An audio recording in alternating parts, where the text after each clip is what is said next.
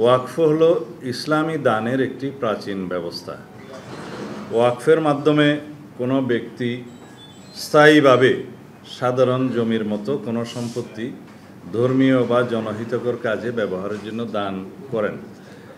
এই ধরনের ওয়াকফ সম্পত্তি বিক্রি করা বা কারো নামে হস্তান্তর করা যায় না।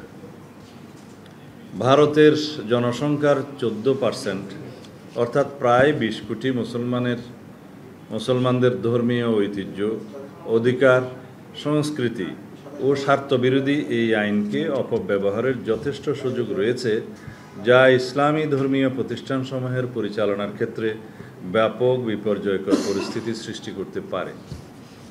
ভারতে ওয়াকফ বোর্ডগুলোর অধীনে প্রায় 10 লক্ষ একর সম্পত্তির মধ্যে অধিকাংশই ব্যবহৃত হয় মসজিদ, মাদ্রাসা, কবরস্থান ও এতিমখানার মতো জনকল্যাণমূলক কাজে।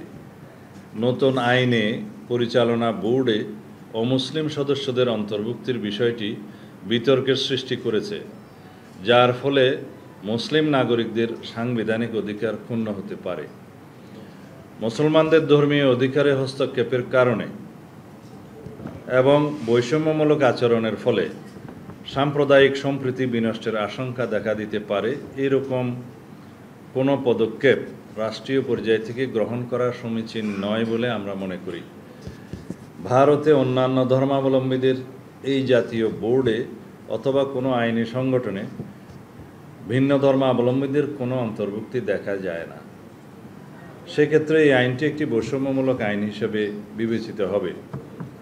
নতুন আইনে পরিবর্তনগুলো শত শত বছর আগে প্রতিষ্ঠিত ওয়াকফ জমির উপর গড়া মসজিদ এবং অন্যান্য ইসলামী ধর্মীয় প্রতিষ্ঠানগুলোর ভবিষ্যৎ অনিশ্চিত করে তুলতে পারে। নতুন আইনে অমুসলিম সদস্যদের এই সম্পত্তিসমূহের ব্যবস্থাপনা ও প্রশাসনিক দায়িত্ব পালনে যে এখতিয়ার প্রদান করা হয়েছে, তা মুসলিম নাগরিকদের ধর্মীয় অধিকারে সরাসরি হস্তক্ষেপের শামিল। প্রিয় সাংবাদিক ভাই ও বোনেরা, অল ইন্ডিয়া মুসলিম পার্সোনাল ল বোর্ডের মতো সংগঠনগুলোর মতে এই আইন ইসলামী ওয়াকফ ব্যবস্থার মূল চেতনার পরিপন্থী। তাদের মতে ওয়াকফ বোর্ডের পরিচালনা মুসলমানদের দ্বারাই হওয়া উচিত। তারা একে মুসলিম নাগরিকদের ধর্মীয় অধিকারে সরাসরি হস্তক্ষেপের শামিল বলে অভিমত দিয়েছেন।